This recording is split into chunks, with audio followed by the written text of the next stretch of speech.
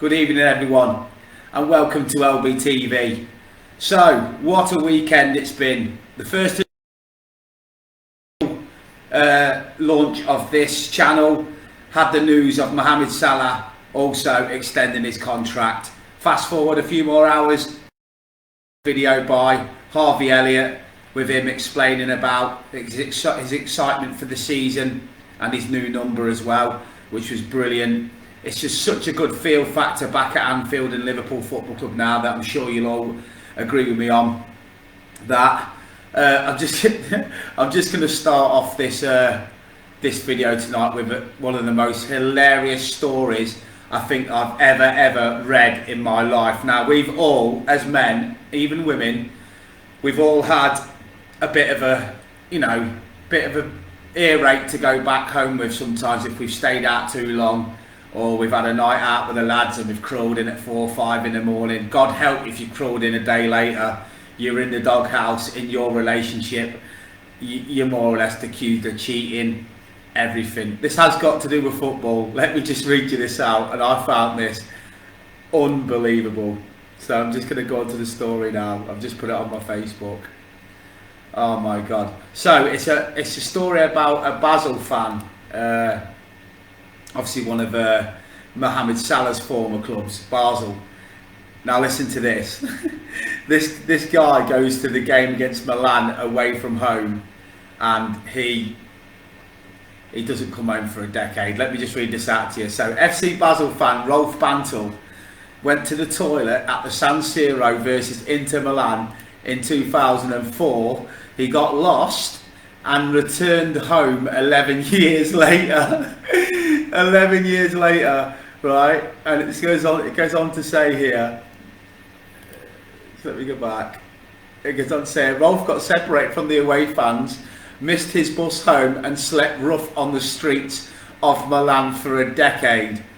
His wife doesn't believe him either. And then at the bottom it says, some away day that, Rolf. Now, that is unbelievable. There's even a picture with I'll actually copy the link to this and put it on this video so you can read it. But that's got to be one of the most hilarious stories that I've ever heard in my life. So a guy goes to the game away at the San Siro, a Basel fan in 2004, and doesn't come home for 11 years, and tells his wife that he'd missed the bus and and just ended up sleeping rough. You know for a fact, right, he's obviously met a bird, stayed with her, and he's just stayed with her until it ended, and then he's gone home. That is, without that, the most incredible story I've ever heard in my life, and it's just on a web page called Unbelievable Jeff. Oh my God, so funny. I'll just put the link on the video now. So I just thought I'd start the video with, do you know what, Ben? I've just can't be true. I'll just put the link now on it. I'm laughing, mate. I really am. I mean, we've all had the odd day, haven't we? 2 seconds. We've all had the odd day where we've stayed out too long and stuff like that, but wow, to not come home for 11 years and blame it on missing the bus is absolute comedy gold. So I'm glad you've all joined me. I'm absolutely buzzing. Personal life, flying, loving it up here in Scotland, so that only contributes to this being probably the best group on Facebook now, because if I'm 100% into anything, those that know me and work with me at AFC Liverpool and at Anfield know that when I'm into something I go full pelt for it, and I'm going to bring his one hell of a season coming up and over the next few years. It's weird because leaving Doubters to Believers, DTB TV, that was a brilliant group and still is a brilliant group, but I needed to change it because DTB TV is more or less their well, I wouldn't say selling point, but the same thing as a selling point. Their uniqueness is the location, and Craig Farragher's got the location, and I know he's moving to Anfield in the long term as well, so that group will just go on and go on. But I was always thinking, when Jurgen Klopp leaves, would I be able to still call it Doubters to Believers, because it's more or less a Klopp saying. That's why I picked DTB TV Doubters to Believers. I picked that based on that being one of Klopp's first things he ever said. So I was always going to have to sort of think about, right, when Klopp goes, I can't really keep Doubters to Believers because that's Klopp's point. So I was always thinking about either starting a new group or rebranding the one that I had, but now I don't need to do that. That'll be down to Craig. If he ever wants to do that, I'll just keep DTV TV. It's totally down to him. So I started this one, Live Bird TV, and I'm so glad that I've got 1,000 members. I'm so happy with that because I've only really been doing this 2 weeks. I started it about 4 weeks ago, but I've only been doing it 2 weeks where I've been doing the videos. So to get 1,000 members, I think we've had like 600 in a week, is unbelievable. Now this is going to be a lot bigger than Datas to Believers for one major reason. I put private down as Datas to Believers. This one's public. So what I mean is when I get the length of time that I had with DTV TV, I generally think this one would be huge. And with us having 1,000 members already, I haven't even been doing it a month, buzzing. So amazing news about Salah and the contract, so buzzing with that. In about 5 minutes after I just talk about a few things, I'm going to ask you to ask me some questions, and I'll personally go through every single one of them with you. So if you've got anything to ask me, you know, about the coming season, signings, whatever, I always give my honest point of view. And you know, if you've been on Datas to Believers with me, that I go with my gut feeling. I always have done. I remember doing them videos during the pandemic when I kept on telling you that the season would resume when everyone was thinking we're going to get the league taken off us.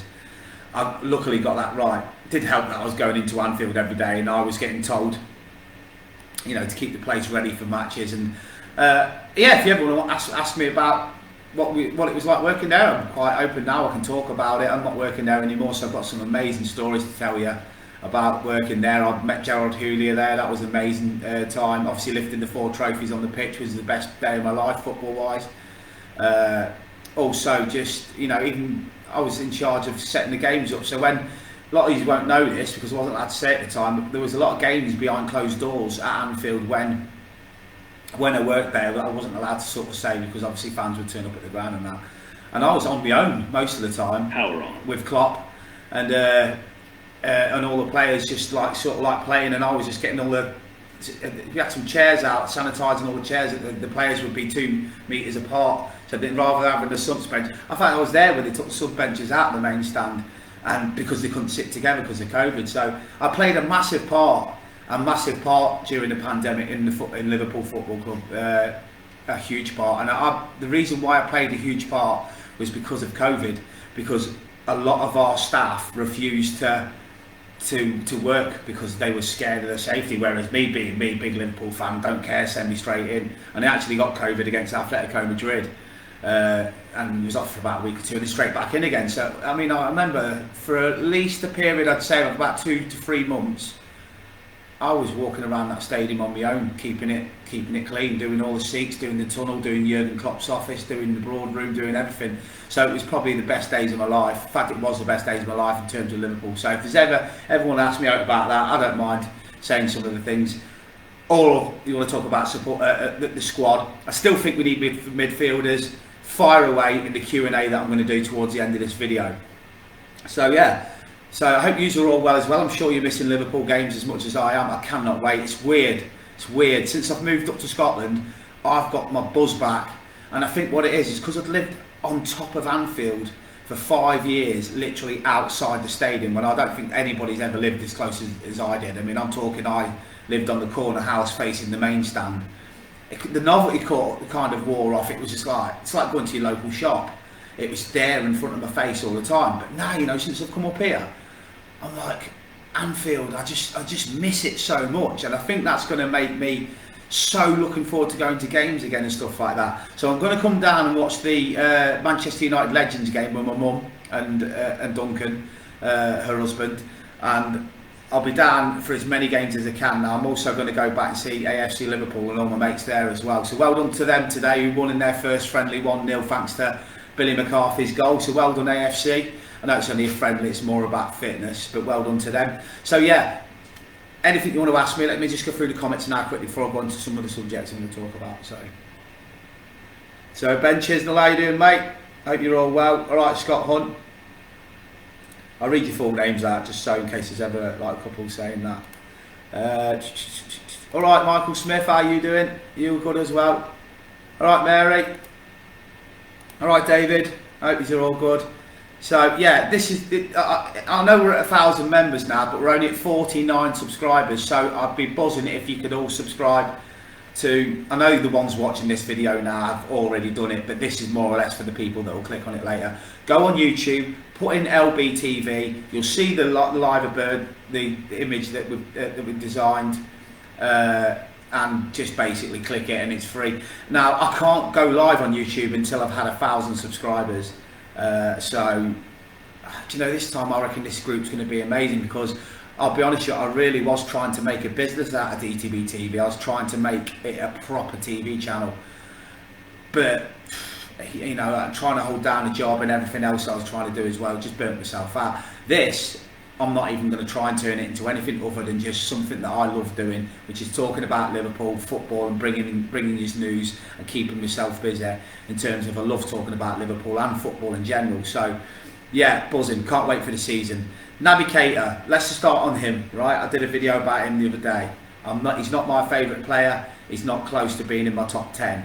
I don't hate him. It's not a Dejan Lovren witch hunt. It's not nothing like that. I didn't hate Dejan Lovren either, but I just didn't agree with him as a player. I didn't think he was good enough for Liverpool at centre-back. True, it turned out to be absolutely spot on. As soon as we sorted out them positions, we were bang on. Keita's just too injury prone, and I think we need to get rid of him now, whilst we can get a decent amount of market value for him, so that we can fund a move for Jude Bellingham, and so we can fund a move for Barella, hopefully. And I've seen that image today of Mohamed Salah sat talking to the PSG midfielder Verratti or something like that. He's another good midfielder. But I'd look at it like this: if we raise the funds, which we are doing already, because we've sold Sadio Mane, we've sold Nico Williams more or less. We've still got Nat Phillips who could go at any point. We've still got we've sold Taki Minamino, and we're going to sell Keita or even use him as a part exchange. Even I've heard Leicester were interested in Naby Keita. Why not offer 30 million and Naby Keita for Tielemans, or just offer Barella 30 million and Keita for Inter Milan? Just use him as a make weight, because he'll do well in leagues like Italy, and he'll do well in leagues like. We do well at Leicester or something like that. Leicester, he's not going to be playing 3 times a week, you know. They're not even in Europe this year, Leicester, so it'll probably suit him down to the ground. He'll just be playing league games and the odd FA Cup game and stuff like that. So, yeah, so it is what it is. Keita, if he goes, I'm not going to lose no sleep over it. I'm sure I've read quite a few of the comments today when I put up the post about him. He's not going to sign another contract. I'm sure I speak for everybody here at Liverpool. It's not too fussed whether he signs a new contract. It's not Mo Salah, it's not Fabinho, it's not Alisson, it's not Van Dijk, it's not Robertson, it's not Trent. But this is all the players I'm going through until it gets to him as importance.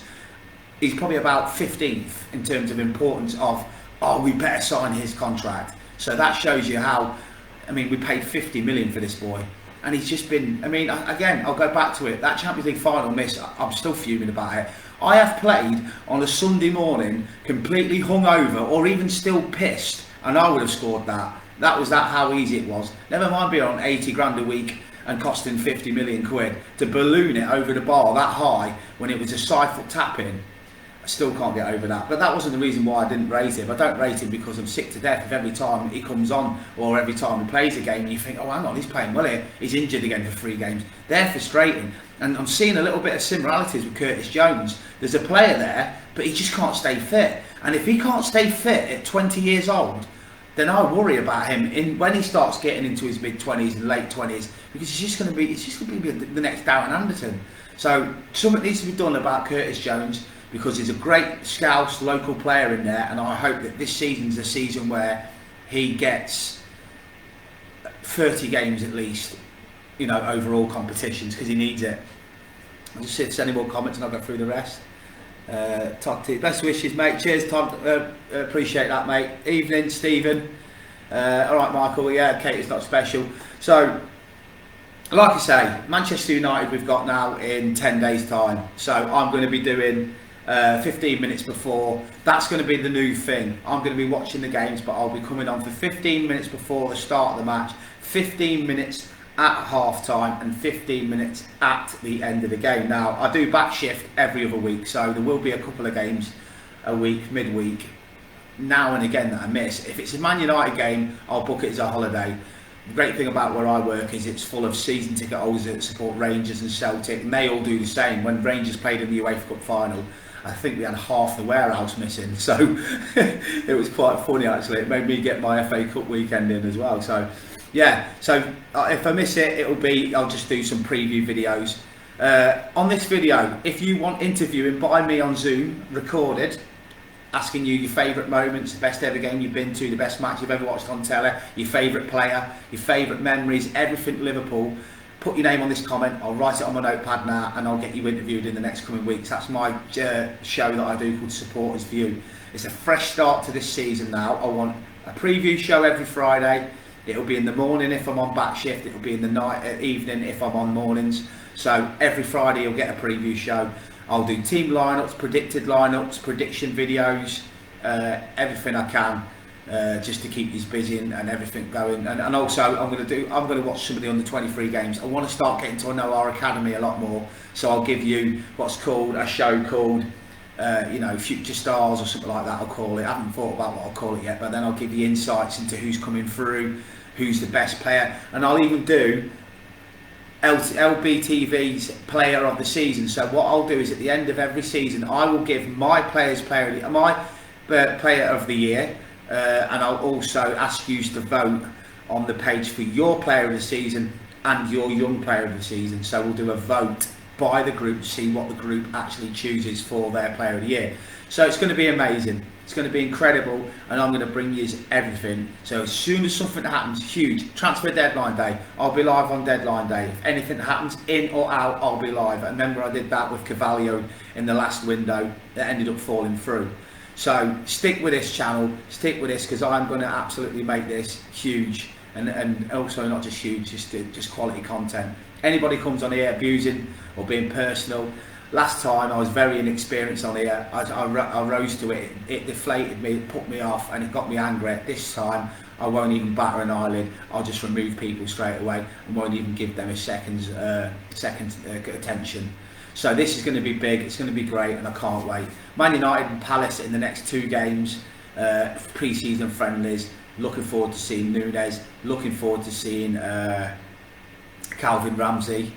Calvin Ramsey, innit? So looking forward to seeing him. He's unbelievable from what I've seen in the videos. I know everybody says everybody's unbelievable in YouTube videos, but he's got the quality, and with the coaches that we have, Ped Linders, obviously we've got Jay Spear in there now as well, under 23s. I'm sure he'll probably play a couple of games for Jay as well. I don't know whether he's the manager or coach of the 23s. He's come back. And also we've got Jurgen Klopp, so you can imagine he's going to really, really improve, and he's only 18, and I love it. Obviously being up here close to Hampden Park, I'm only a few miles from Hampden, about 20 minutes away, 15 minutes away. I can imagine in a few years' time seeing Robbo bombing down the left for Scotland and Ramsey down the right. It's going to be great, and it's something I'm looking forward to watching with Scotland games. So yeah, rest in peace Andy Gorham as well. That's just popped into my head now. I watched the tribute video to him this morning. What a goalkeeper! What a goalkeeper he was. And he had some troubles towards the end as well with being bankrupt, and he didn't have a good last 20 years. It's a shame, because some of the great players that were around in the 70s and 80s and 90s, most of them are all skint now. They're having to be ambassadors just to get by. If they were around in these days, where even an average player's getting 200 grand a week, they'd be set for life. And it's sad, really. I mean, I was thinking the other day about this. Let me know what you think about this. But I remember I grew up in an era of the best players I've ever seen in my life: Zidane, Figo, Roberto Carlos, Paolo Maldini, Costa Curta, George Weah, Kaká, Ronaldinho, Ronaldo, the original Ronaldo. And these players were like gods, and they got quoted at being worth 20-30 million and that. Now today you've got people like Declan Rice that people think's worth 200 million. You've got Richarlison going for 50 million twice at Watford and Everton. I mean, he's dog shit. He's literally scored a few penalties. I think he averages about 8 goals a season. He's just gone for 50 million. You've got Leeds kicking off because Calvin Phillips has only gone for 42 million. 42 million. I think when Chelsea wanted Steven Gerrard, it was rumoured to be around about that. They were offering 40 to 50 million. I mean, I know they can say inflation, but it's absolute bonkers. Honestly, they need to cap, I keep saying this, they need to cap transfer fees, because if Declan Rice is worth 200 million, then I'm not being funny. Steven Gerrard or Paul Scholes or, you know, all them, Frank Lampard, you'd be talking £1 billion for them. You know what I mean? Obviously they're not worth £1 billion, they're not worth 100 million. It's just a joke. They need to cap fees. I keep saying that. It's going to bug me for a long time, that is, because there's people, they're making a mockery out of football, especially the agents. But yeah, so let's just see if there's any more comments or any questions. Academy show, yeah, I could do that, or Academy view, yeah. I just got a feeling we'll go with what we've got. This is Scott Huntley. I'm just reading your Scott, and Bellingham next summer. Yeah, but what we could do is, we don't want to battle with Bellingham next season, in terms of we don't want Real Madrid. And what if he goes and has an absolute baller of a World Cup? Then his value will go up by about 40 to 50 million more. So I actually think that we should do a deal with Dortmund now that we have bought. We buy Bellingham now and we loan him back for the rest of the season, for this season, or we just say we're buying him as a future transfer, like you can do on FM, the following season. So get the deal done, pay the money, and know he's coming.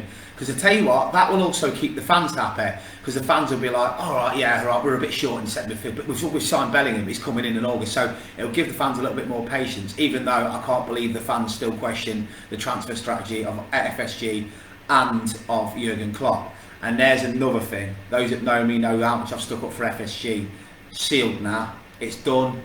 FSG out is now dead and buried. They have just broke their strategy of wages and paid Salah £350,000 a week, stopping him from going to Real Madrid, Barcelona, or anyone that could pay that. So they deserve, again, immense credit. They're a fantastic set of owners, and let's not forget that we would still be being laughed at now if FSG never took over us, because we were 30 years without the league title. I know a few of them was while they were in charge. Do you know what I seen the other day?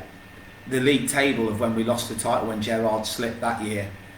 35 games, right, were played. We were 5 points clear with only 3 games left. How in the name of fucking Jesus Christ did we lose that league title?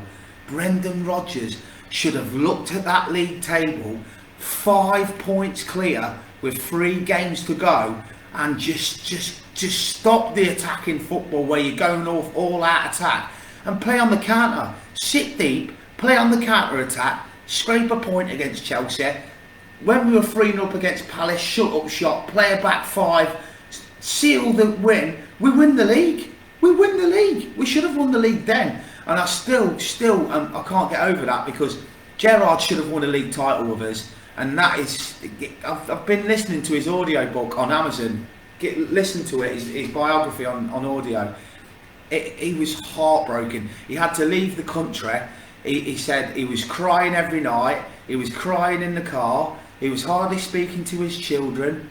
He had to go and see a therapist. It broke him. It absolutely broke him, that did, Steven Gerrard. And it breaks my heart to think that poor man that gave everything for that club had, you know, negative, stupid, no plan B tactics, because he's not got plan B tactics, Brendan. That's why he's getting found out now at Leicester. He was all right walking the fucking league in Scotland with Celtic until Gerrard came along, then he shit his pants and left. So Brendan winds me up. We'd still have Steven Gerrard, and we would have won the league if we didn't have such a manager that, you know, FSG brought him in and gave him 300 million. Again, FSG gave Brendan 300 million, and we should have won a trophy at least. We didn't even win a trophy.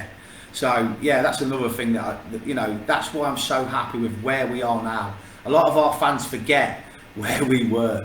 You know, Balotelli and Lambert and Barini were our front three. We now have Nunez, Salah, Jota, Firmino, and Diaz. You know, Barini and flipping and Balotelli and Lambert. I mean, Ricky Lambert. I mean, going back to what the hell were we doing signing Ricky Lambert? He was a West Brom type player, Cardiff type, big number 9 you could chuck the ball up in the air to if they needed a late goal. But to go and get in, what was Brendan doing? I mean, it's just, and then he got Benteke, which just shows you there was no freedom in our front three. And the first thing Klopp did when he came in was went to Benteke, you're gone. And it just goes to show that with a top manager has a philosophy and knows exactly what players and what ones can play a system and what ones can't. And that shows you that Liverpool identify positions of people that are needed that have to play the Liverpool way. So it's mad. Let's go through more comments here. Cater has his moments, but I wouldn't lose sleep if he goes. Totally agree with that, Stephen. That's what I'm saying. Now you're talking about it. Like Bellingham quoted today at 100 million. Yeah, me and you both, mate. Always FSG. Still time for Gerrard to win the league as Liverpool manager. Yeah, do you know what, mate? That's what I hope for. He comes back one day and he wins the league. And literally just gets that monkey off his back. I think he said when he won the league with Rangers, it healed him a little bit because it's the league title, and there was always that shit he got on social media where everyone was saying he's never won the league. Well, he has now as Rangers manager, or had as Rangers manager, so that was a little bit of a healing. But do you know what? Honestly, the audio book, you get a free token when you join it on Amazon. So if you join Amazon, get your free token and literally download the Amazon Steven Gerrard thing, because it's brilliant. It's narrated by someone else, which is a bit of a shame because I like the ones where it's actually the real person talking, and they're the ones that I really like. So yeah, so anyway, this is just a short video. I've been on nearly half an hour. Hope everyone's well. I'm working in the morning only for a few hours, but when I come back tomorrow, I'm going to see if anybody fancies doing a quiz or something like that. And then not next week, next week we'll start building up to the Manchester United game, and we'll have a little bit of a chat about what sort of players are returning. I know that because the World Cup isn't on, it's on at Christmas, November time. I don't know whether all the team will come back earlier this year, because obviously we're starting earlier because we've got the Community Shield on the 31st. So I don't know what's going to happen with that. We've got the friendly the next day. I was speaking to Craig the other day and he said the friendly's the day after the Community Shield, so that's going to be interesting. The Anfield friendly is the day after we play the Community Shield, he said to me, so that's weird. So it'd be interesting to see what squad is coming back to Kirby, to the AXA training ground over the next few days, but I'll bring you everything, the news, once we get it in. So have a great weekend, everybody, and I'll speak to you all soon. You'll never walk alone.